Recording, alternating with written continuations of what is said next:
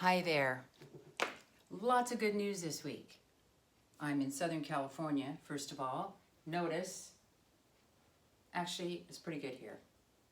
The sunlight is a little bit yellow due to the fires, but it's not been particularly hot.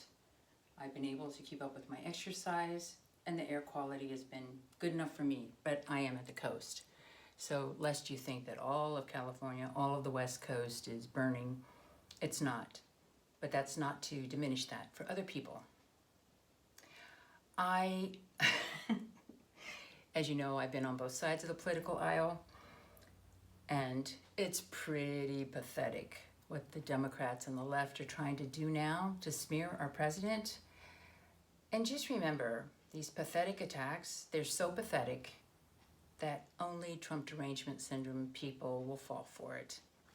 So I'm not worried about that because it doesn't ring true for most people.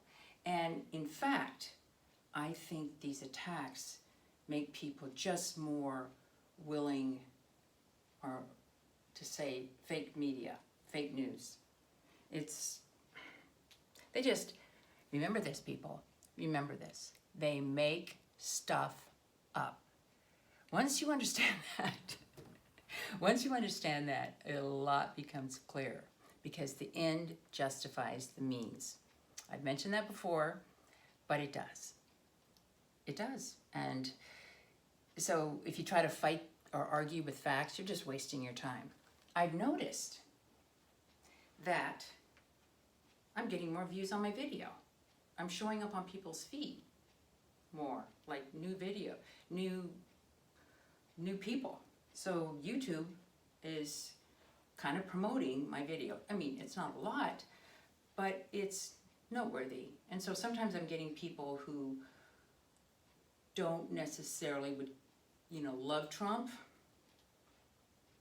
And of course I get a few troll type comments, which is funny because some of them will write these really long things, and I can tell from the first few lines that it's just all BS. And if it's your own channel, you can just remove it. And I do.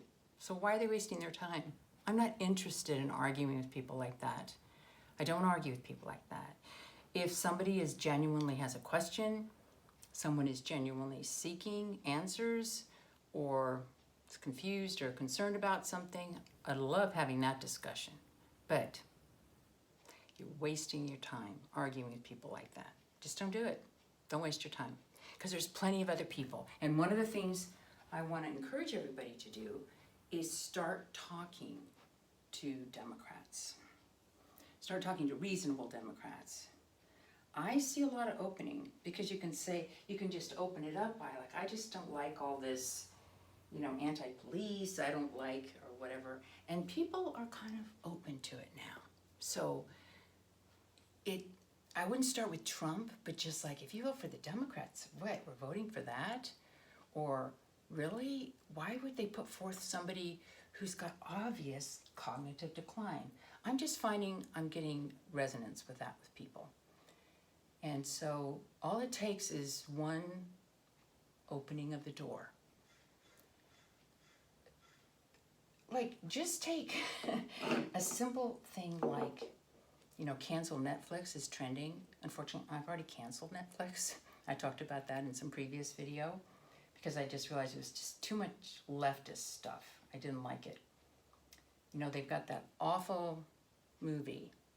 It's really pretty disgusting, called Cuties, which is just really pedophilia. And I've been listening to a lot of Tim Pool, who's kind of a libertarian type. Of course, he's going to vote for Trump this time around. But he said that even people who are super leftists are the ones, they're upset about this promotion of pedophilia.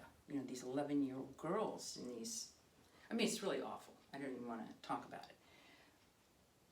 But he says they're coming over to Trump because Trump is doing a lot about childhood, the sexual trafficking.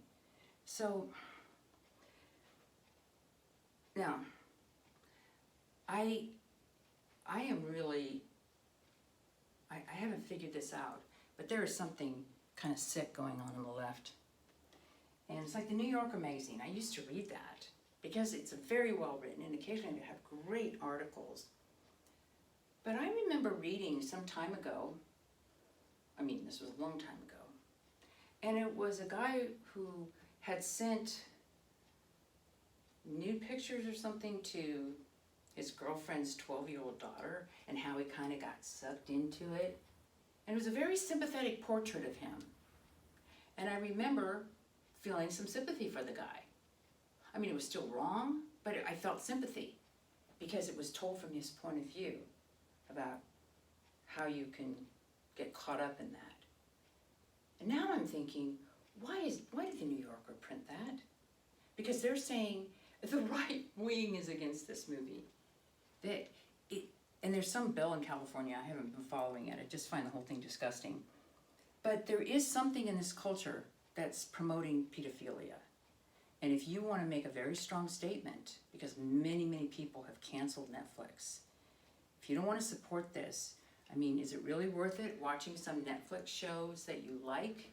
Because you are supporting this. You are saying in some way that this is okay. They need to see that people cancel because of this. And let me tell you what I have not heard in the criticism of this movie yet. They talk about what it does to the girls, and I agree with all that, and how terrible, and da-da-da. But my concern is that we're going to create more people who are turned on by young girls, turned on by young people. By sexualizing in this way, let's say it's a latent thing inside them. They have this latent sickness, but they've never seen it. They've never felt it or didn't really. But if they see these pictures, and they might think, I kind of like it, or whatever. Most normal men would not, but there could be some. And that really concerns me. I just haven't heard anybody mention that aspect of it. It's just disgusting. These people should be arrested. I mean, isn't child pornography not allowed? How can they put this on Netflix? How can it show up so anybody who has Netflix can watch it? Nobody should watch it. So, enough on that. But anyway, don't you love what our president has done in the Middle East? It's amazing. Full diplomatic relations. First in August it was with UAE, between UAE and Israel. And that was big because these are two economic powerhouses in the Middle East. And the fact that they could have full diplomatic relations and commercial relations and everything else is huge. But now it shows that this is not stopping with that. It's now going to Bahrain, which happened Friday. So there's going to be like a signing ceremony with all three of those countries. But even the flights from, I think, UAE to Israel or Israel to UAE can go over Saudi Arabia. That's another big deal. So it's almost like a domino thing where there's actually becoming peace in the Middle East. And what I so love about our president is he's the first that's been able to do this, okay?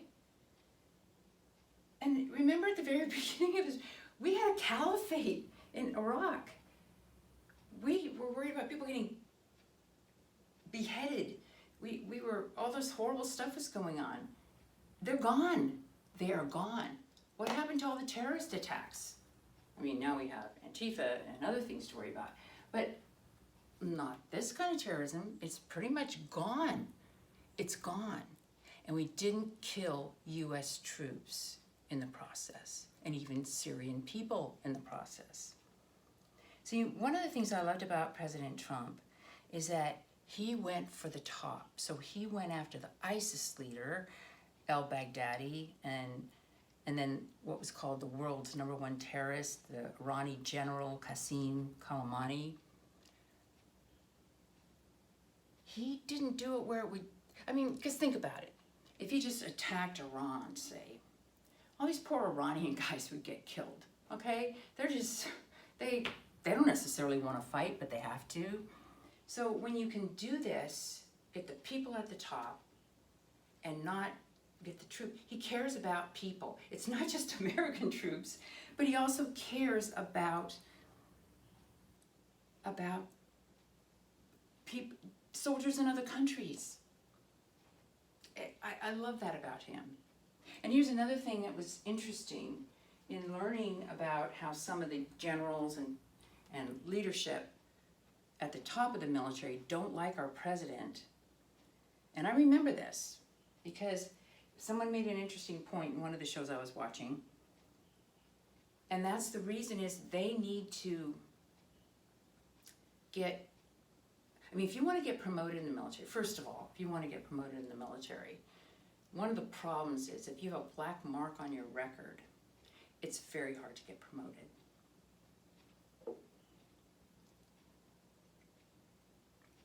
Occasionally it can happen if you have some kind of person promoting you, but it's very hard for someone like a George Patton or someone like that who is really good at what they do to keep moving up, because it's more like you want to just make sure you don't have anything bad on your record.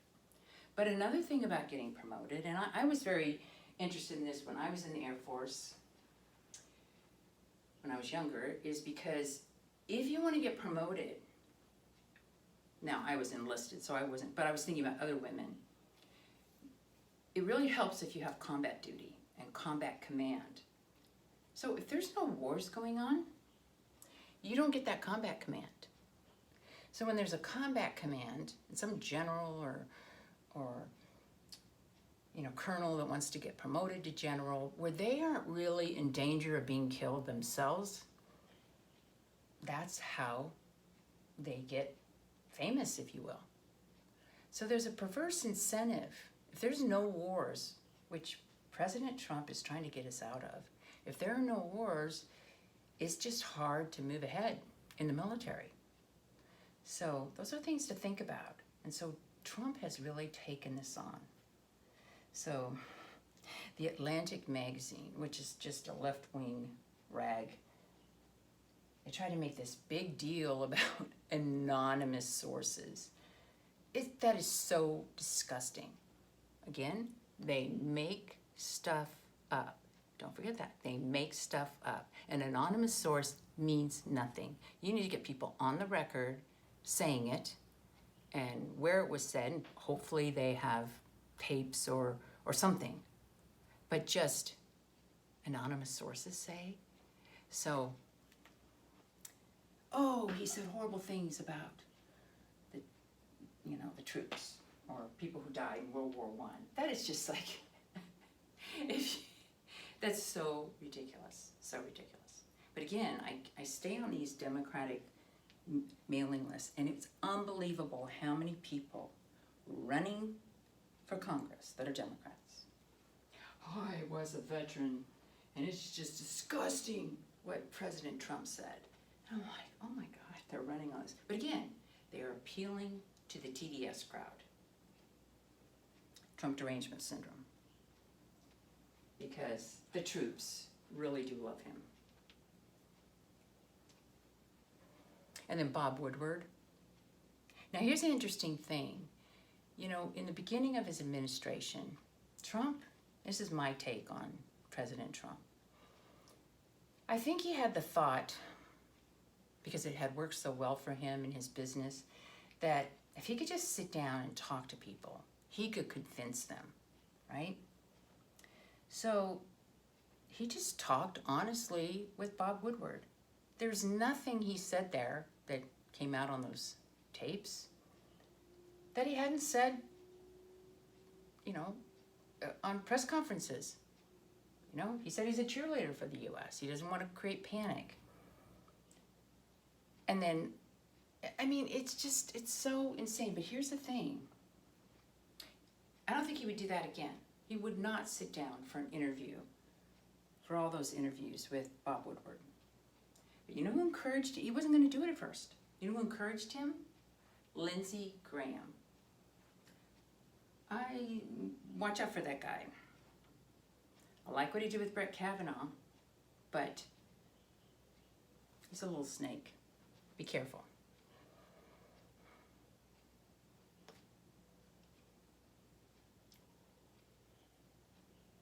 So we can put those things to bed. There's just going to be one bombshell thing like that after another. And it will get the TDS people all excited, but I don't think it's affecting the others because Trump is doing these rallies, Trump is talking. The only way that reasonable Democrats will vote for Joe Biden is if they're not paying attention. So if they don't really know what's happening, they don't really know how bad Joe Biden is, how empty shell he is right now, if they don't see any of that, and they just think there were some peaceful protests, and they just pay attention to the mainstream media, they might not know what's going on. That's why I encourage you to talk to people. Because when they know what's going on, when they know about all of this, it could open the door. So I'm talking to people more, and I think there's more resonance.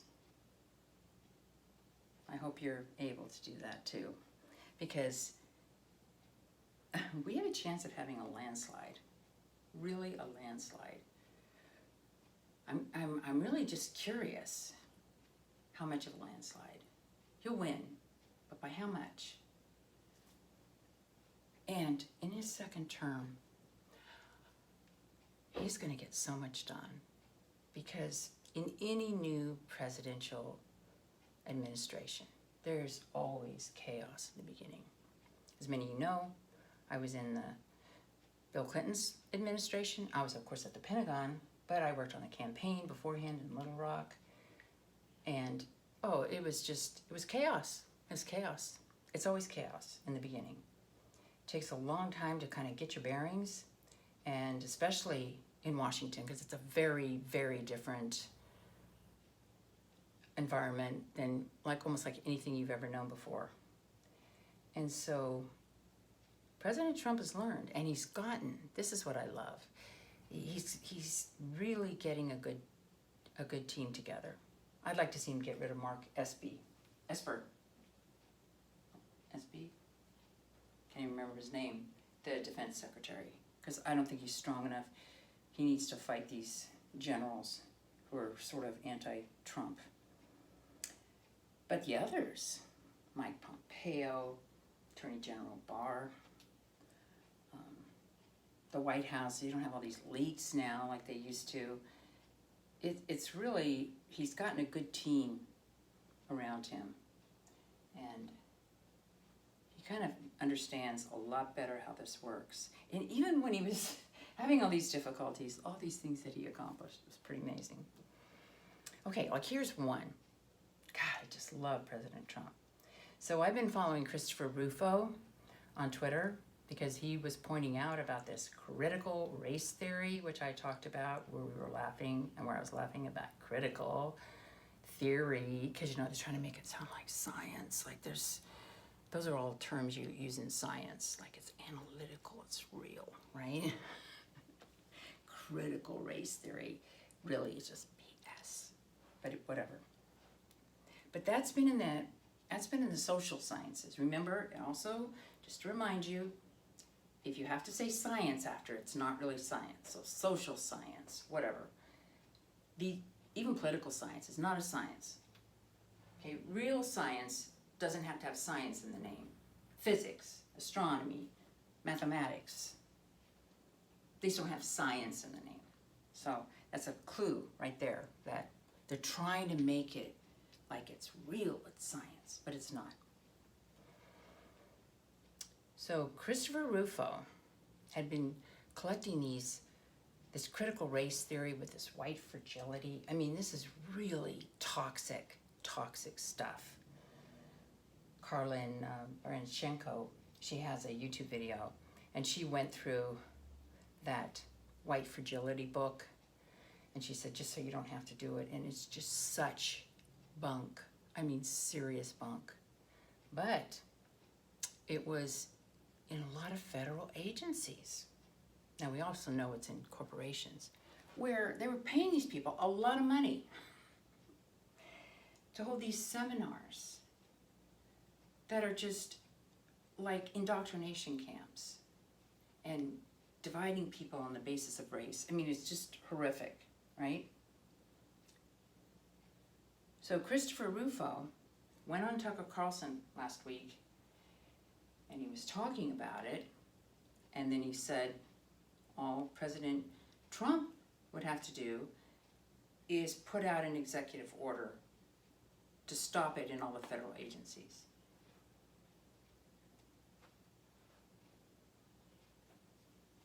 By the end of the week, that's exactly what President Trump did. Now, let me tell you why I think that's very important. Because you could have asked yourself, well, why doesn't, say, the NASA administrator do that? Why doesn't the Secretary of Energy do that? They could have done that for their department. But it's very hard when you go into Washington. It's like a political appointee to try to take on the bureaucracy. It is very, very difficult because they will fight you. But if you have an executive order from the president, it gives you cover. And then they can root it out. Because it's in the FBI. It is even in West Point where you have to take this stuff. So we'll get rid of it in the federal government. And then next we have to work on schools. Because you have this 1619 project, you have Common Core. I have hated Common Core ever since I found out that they taught global warming, fossil fuels are bad, we need to save the planet stuff to kids. But think of all the other things they're doing in the school. You know, gender fluidity. I mean, this is not just about race, which is bad enough. But why are we teaching kids that? Oh my gosh. So, on the federal level, what President Trump can do through the Department of Education is they can say, okay, you want to, because this, you know, schools are a state and local affair, not the federal government, but they can say you're not going to get federal funding if you do this.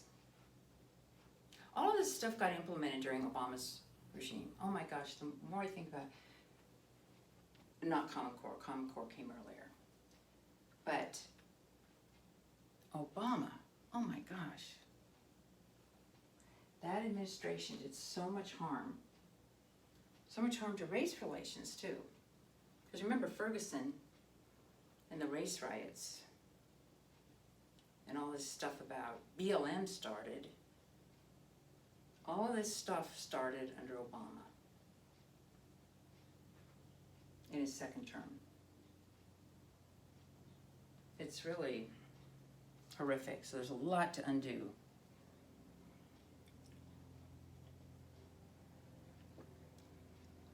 I watched a Steve Turley video today. It was great. There's a lot of evidence coming out that Generation Z, which is like a younger group of people, they're more conservative. You might ask, why is that? I mean, they're definitely more conservative. These are like first-time voters now. And then, of course, a lot of people commented and said, yeah, the kids are much more conservative. And I'm thinking, this is so great. Now, part of it's backlash, because each generation kind of wants to do their own thing. That could be that. But somebody pointed out that they kind of came of age during a time of President Trump, and they liked President Trump. He's maybe like a father figure. He's strong, he's successful, and then also Jordan Peterson. So that's kind of interesting. Because, and also, well, the conservative philosophy is one of self-empowerment. Everything else is dividing people. It's making you feel like a victim. It's making you very touchy because of all those microaggressions. It is so, you know, as a woman who's long tried to have women get ahead, it's just the worst thing to go around with a chip on your shoulder. I mean, sure, you have to know how to navigate it, but every time you're not getting promoted or something to think it's racism. No, you don't wait around and wait for things to happen to you. You make it happen, okay? You make it happen, and that's how successful people operate. You don't think, oh, I did a good job, give me a promotion. No, you gotta be smart, you gotta outsmart people, you gotta build allies. There's a lot you have to do. But all of these other things are not helping women, they're not helping people in different race. I don't even understand this critical race theory, and particularly these highly successful Black people that promote this. It's just disgusting to me. It's disgusting, okay? But fortunately, there's a lot of, the vast majority of Black people don't support this. And certainly the ones I listen to and the ones I follow, they're fabulous. There's a guy named Jericho Green. I love listening to this guy. He's great. And there's, Larry Elder, all of them, they're great. Okay. Let me talk a bit about California and Oregon and Washington, with all their fires. Now, first of all, it is hugely an abdication of responsibility when they try to blame it on climate change. Now, you notice there are no real scientists that say that. They might not dispute it because you don't want to take on the politicians, you don't want to take on the left, but no real scientists say that because how would climate change do any of that? I mean, let's just talk about global warming for a moment. To the best of our ability, first of all, it's very, very hard to get a global temperature. And the Earth has gone through warmer periods and colder periods kind of on a regular basis. And there's a huge number of reasons for that, and I used to read about and study about it, so I don't need to get into that now. But it's normal. So you don't really know. We do have slightly higher carbon dioxide emissions, not in terms of looking farther back, but let's say in the last couple thousand years, we have had lower carbon dioxide emissions because a lot of it got locked up. They are called fossil fuels for a reason, fossil, buried. So some of that, obviously, with the industrial age, we've released more carbon dioxide into the atmosphere. And remember, the oceans are the biggest part of all this. So this is just the atmosphere. But in the past 130 years, the temperature's gone up about 1 degree centigrade. That's roughly 1.4 degrees Fahrenheit. Now think about that, a global average. Now we don't really know how to do a global average. We don't have temperature sensors everywhere, so it's kind of a guess. But let's just say it did do that. How would that cause forest fires? Especially when we have records of huge, huge numbers of forest fires going way back, like in the early part of this century. And even, we can tell there have been huge, huge forest fires. So it's just so insane that to think, not insane, it's an abdication of responsibility to say climate change has anything to do with it. And then they say, oh, climate change causes hurricanes, whatever. But keep in mind, a really awful thing happened when this idea was starting to get promoted that climate change, getting warmer leads to extreme weather events. The scientists and people who actually studied this spoke out, and they were pilloried. Anybody who speaks out against this narrative is pilloried.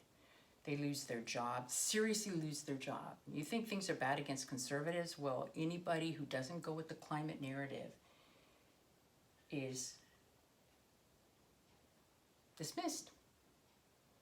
So I have found in talking with scientists And with my work at Caltech, not work, but being on all these chairs councils at Caltech, which of course haven't been meeting lately, I talked to a lot of scientists. And of course I've read a lot of different scientists. And basically, they just don't speak out about it. And if they do, it's very mild. They'll just say, well, we can't really prove it one way or the other. But know what's behind that. Know what's behind that. They dare not absolutely say, no, this has nothing to do with climate change. And scientists don't speak like that anyway. They don't speak in absolutes. So you might get somebody like a Michael Mann who might proclaim stuff like that. But those are the ones that are very political. They're not good scientists at all. So who's saying that? So you look in California. And it was interesting, I was watching Tucker Carlson, and he was talking about this, and it was a very good session. And Robert, my stepson, was here, and he watched it with me, and he was really disgusted with Gavin Newsom.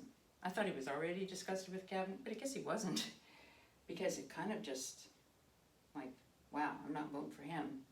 Because Gavin Newsom said something like, I have no patience for deniers. And it was such a insanely arrogant, pathetic, disgusting statement to say that. Because what does that even mean?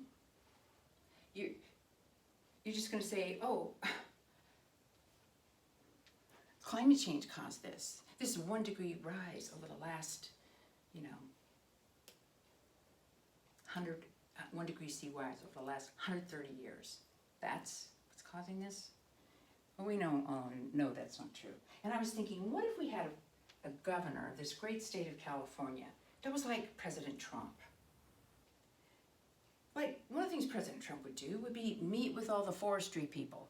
I mean, say, every year we have this problem, people, every year. We don't even have the Santa Ana winds yet, and we've got fires. I mean, we know what happens. Every year when the Santa Ana winds come, we get fires. Every year, okay? Plan for it. Plan for it.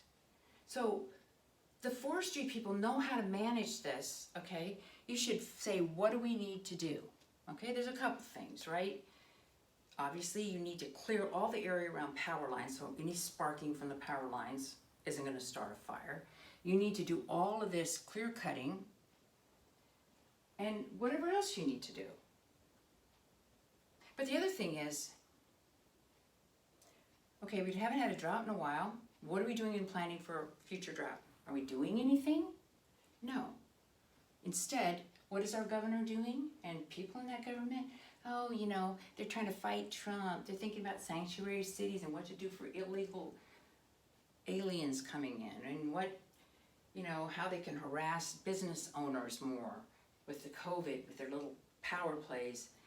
It's like, oh my God, children are ruining this beautiful state.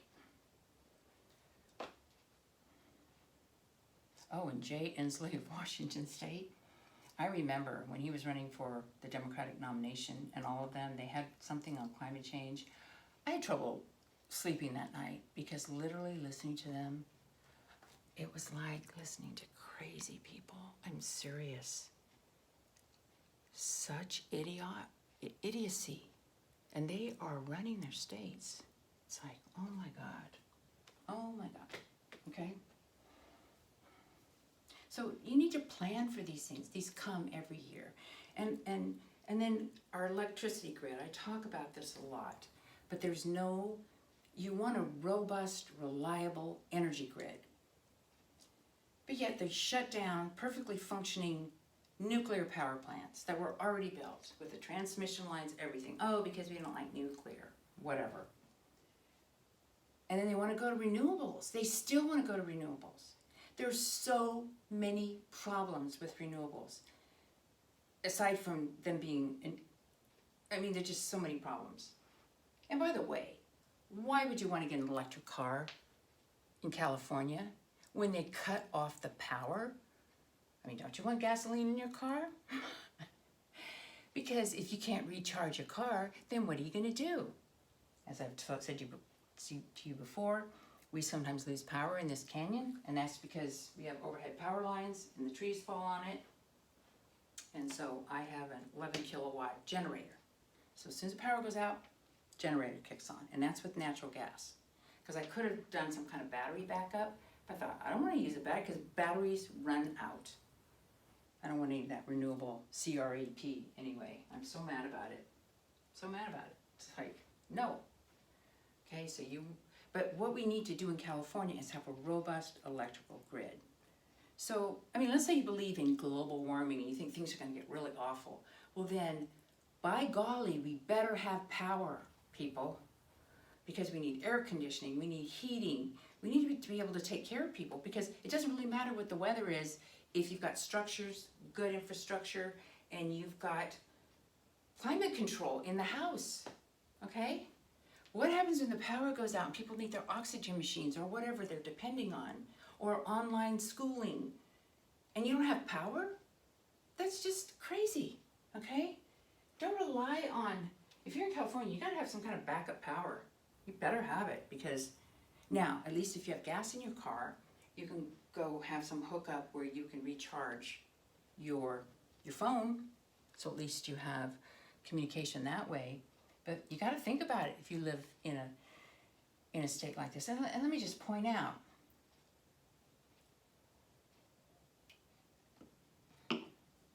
this is why I do not want any money coming to California from the federal government to try to bail them out in any way. So I remember, I'm on the Santa Monica Canyon Civic Association board, although I'm refusing to participate in their Zoom calls, but it's just right here, and it's kind of nice to know what's going on in the community. But I remember this one meeting with this guy that was very prominent in all the different things. So he's now passed away. And I used to like him, but I didn't like him after this. It's like, oh, come on, George, really? So he passes out this brochure because he had gone to this very important conference. And the conference was in Southern California, and it was all these politicians, and they did this very glossy brochure because it's about climate change and what they were going to do. And they were even going to try out of the Long Beach port not allow diesel trucks, which is insane. And so this other woman who's a conservative, we just said, like, well, what are the taxes? I mean, how are you going to pay for this? And, they were going to try to put it on the ballot to have like another 50-cent tax. I mean, they already managed to get a 50-cent tax for homeless through. So this is what our officials in California are doing. Are they worried about our grid? No, they are weakening the grid. They're playing all these stupid games. And it's like, we need to get these people out.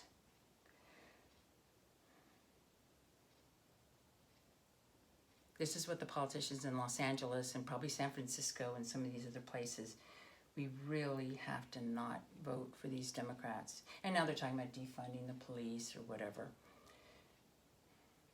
And yet they're wasting money, like in Santa Monica. They decided, let's put a fence around the traveling rings, which my friend Devin and I, and Robert, we like to go use those. I used to do it every week, and we're waiting for it to come back. I said, it's not going to come back until we're completely opened up. But why do they need to put a fence around it? They already took the rings down. So there's all this work going on. They're paying people to do this kind of this kind of stuff. No, these people don't need money. And I don't want to give them any more money. They're going to try to raise taxes.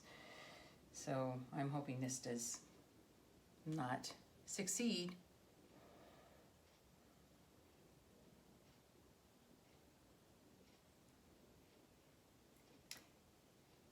Here's something else about COVID-19. Kind of interesting. I think we have to approach this in terms of not as a violation, with the shutdown, not as a violation of all our civil rights. That apparently is not working. Because as long as it's an emergency, like a medical emergency or any kind of emergency, we can lose a lot of our rights. So I liked what Pamela Popper, she discussed this approach because there's a lawsuit being filed against what they call Emperor DeWine. He's the governor of Ohio. And because there's no emergency right now. I mean, the numbers don't support an emergency. The hospitals aren't being overrun. And I was just listening to a really good interview of Mark Levin and with Attorney General Bill Barr. And Bill Barr was pointing out that, when there's an emergency, the government can take a lot of power. So the states can do this.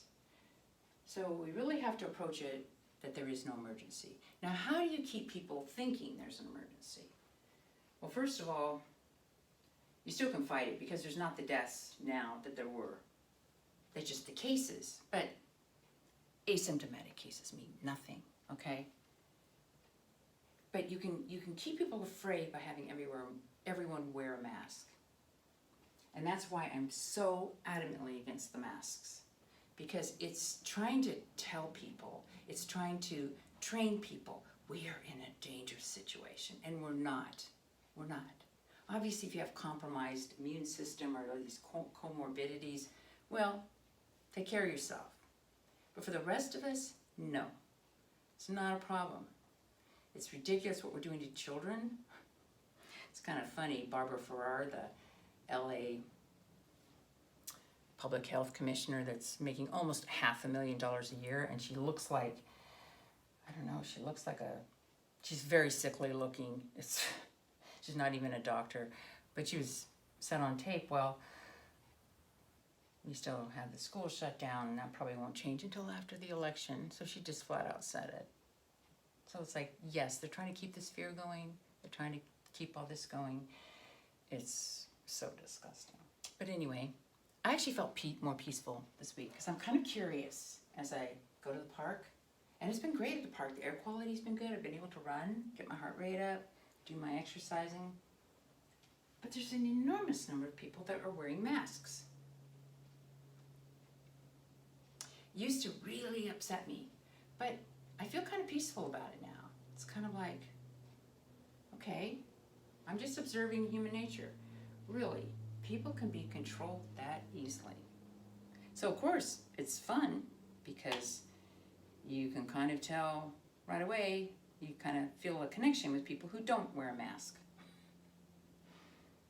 So I walked by two guys a week or so ago. Tyler, if you're listening, hi. But he said, hey, beautiful. I go, oh, I love to see men without masks. I always say something like that. And then Tyler, whom I've since talked to, and so I know his name, but he said, Trump 2020? And I said, yes. Yes, it was so great. And also I passed another woman. I was looking at her. She was kind of an older woman, nice looking, but maybe in her 70s, I don't know. And as I passed her, I saw she had Trump, a little Trump button from 2016. And I was like, oh my God. And so I kind of touched her arm and go, hey. And I scared her. She just like jumped out of her skin. And I said, oh, I'm so sorry, I'm so sorry. I said, I'm just so delighted to see a Trump supporter. And so we chatted for a while, but oh my God, the poor woman. I mean, she told me she lived right there and now she's gonna leave California, she's gonna move. But she just seemed consumed by fear and paranoia. She said, I usually feed the squirrels. Do you think they're killing the squirrels? I go, no, they're not killing squirrels. I mean, it's like they're after her squirrels. They're after, and I thought, oh my God, if you're not careful, you can get paranoid. Just don't let it happen to you, okay? Don't let it happen to you. The people who really have to be afraid are the people on the left because they are losing, and they are losing big, okay? We've got right on our side. We're gonna win this. Don't worry about it. And also I noticed at the store, because I go to the store, Gelson's, which is right in the heart of Pacific Palisades. As soon as I walk in, I put it below my nose. Nobody says a thing. But this time, a woman said, she said, well, it doesn't do any good if it's not over your nose. I said, yeah, but at least I can breathe. I mean, I just laughed to myself. I mean, these people, it's kind of interesting. I don't know what it is, but it's like, they don't bother me anymore. I feel, well, I don't know, this could sound conceited, but I feel smarter than they are. I mean, I just think, oh, these poor pathetic people. It's like, yeah, at least I can breathe. It's like, you really think that's going to bother me that you said that? I just, whatever.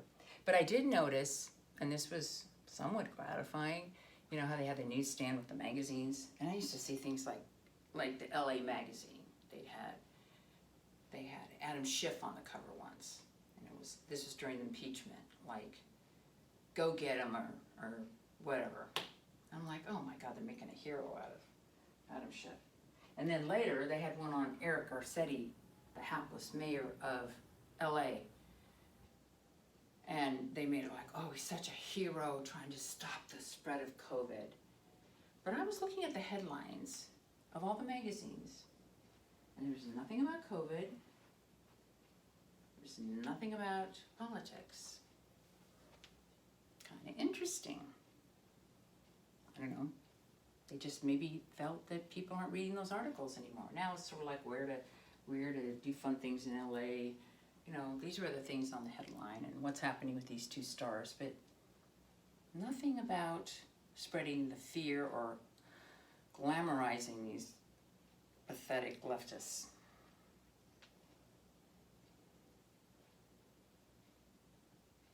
Okay, I think we've talked enough for today. And I just want to make sure, oh, you know, let me say one more thing, because I had this thought this week. And of course, if it's a thought, I got to tell you, because it's like so important, right? But anyway, I watched Dances with Wolves with Kevin Costner. And I thought, you know, this anti-American thing has been going on for a long time. I just really wasn't aware of it. Because I remember watching that movie before and liking it. But now I thought, he's a traitor. He's a traitor. He went to the side of the Native Americans, whom they painted with such, like, they're so wonderful, okay? And the American soldiers were just all, except one, they were all just very awful. And it's like, no, Native Americans, they killed each other, they scalped each other, they treated women in the squaws with, they had no rights. I mean, it was not a good life. But he gave up being an American. And that was celebrated. And I also remember many, many years ago watching a movie, I haven't seen it since, with Candice Bergen called Soldier Blue. And it also painted the Americans in such a bad light. So this kind of anti-American stuff, anti-US, I mean, we made this country great.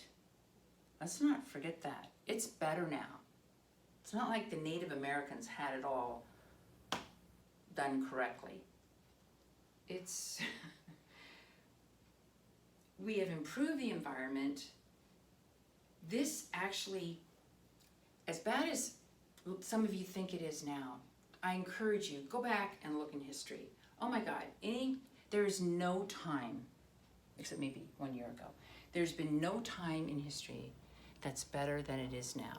Just remember that. That yes, we always have, because we have to deal with human nature, we have to deal with this, but the left is eating its own, okay? They are not gonna succeed. We will. So just try to tap into that inner power. Don't be afraid. And I will talk to you next week.